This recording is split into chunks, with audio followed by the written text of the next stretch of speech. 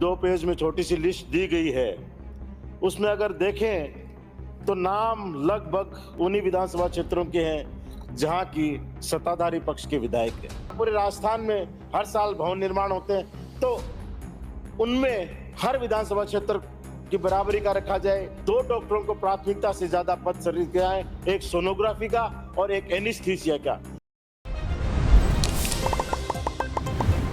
Budget पेश किया गया, उसमें थोड़ी सी निराशा, और मैं तो कहूंगा कि बहुत ज्यादा निराशा इसलिए है कि जो सब सेंटरों को, पीएचसीओ को क्रमोन्नत करने की जो एक 2 पेज में छोटी सी लिस्ट दी गई है, उसमें अगर देखें तो नाम लगभग उन्हीं विधानसभा क्षेत्रों के हैं जहां की सत्ताधारी पक्ष के विधायक हैं।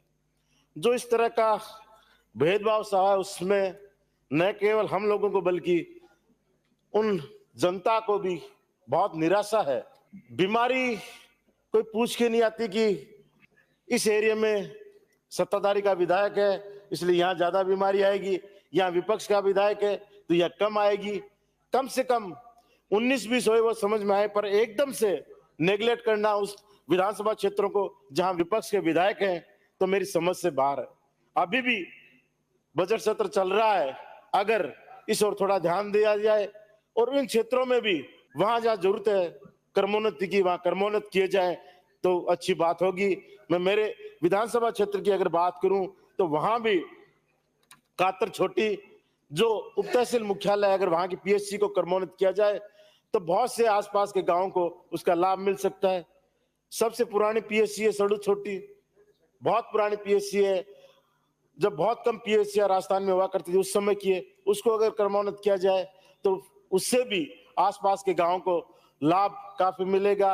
बहुत से सब सेंटर हैं जो बड़े गांवों में है, अब जरूरत है कि वो गांव भी 5-5 हजार की आबादी के हो गए, उनके आसपास के भी गांव का अगर उन सब सेंटर को पीएचसी में क्रमोन्नत करे, चाहे लोडसर हो, चाहे चरला हो, सारोठिया हो, गिरवटसर हो, तो इन गांव को भी लाभ मिले और आसपास के लोगों को भी चिकित्सा सुविधा का कुछ लाभ मिल सके।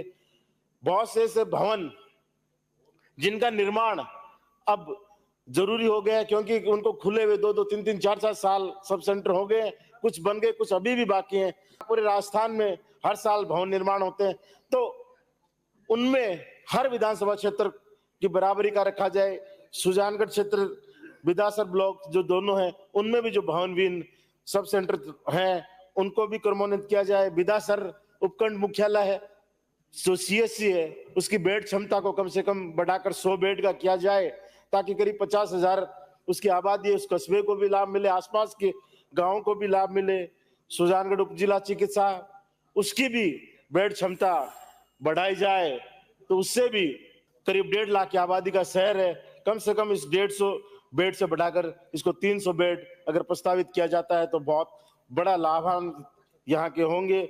भर्तियों की अभी बात करी है कि 1500 डॉक्टर, 4000 नर्सिंग कर्मियों की भर्ती आने वाले समय में होगी, तो मेरा आग्रह है कि इसमें 2 डॉक्टरों को प्राथमिकता से ज्यादा पद सृजित किया है, एक सोनोग्राफी का और एक एनेस्थीसिया का, क्योंकि इनके बिना हॉस्पिटल अधूरा है। अगर एनेस्थीसिया का डॉक्टर नहीं रहता तो सर्जन बैठे हैं, कितने भी बैठे रहो, स्टाफ कितना भी बैठा रहो, और बिना एनेस्थीसिया के उसका काम नहीं होता, वो ऑपरेशन नहीं कर सकता, सर्जरी नहीं कर सकता, उसकी बहुत ज्यादा जरूरत है। भर्ती में उनको प्राथमिकता दे। जो सोनोलॉजिस्ट है उनकी बहुत बड़ी आवश्यकता है कि उनके बगैर बहुत बड़ी समस्या होती है, उनको बाहर भेजा जाता है, बाहर सोनोग्राफी के लिए महिलाओं को बहुत बड़ी दिक्कत होती है। इनकी भी प्राथमिकता से जितनी ज्यादा हो सके कोशिश जो नई भर्ती हुए उसमें कराओ, ताकि जो अन्य डॉक्टर हैं उनका भी पूरा लाभ मिल सके जिनका नहीं मिल पाता है पूरी तरह से।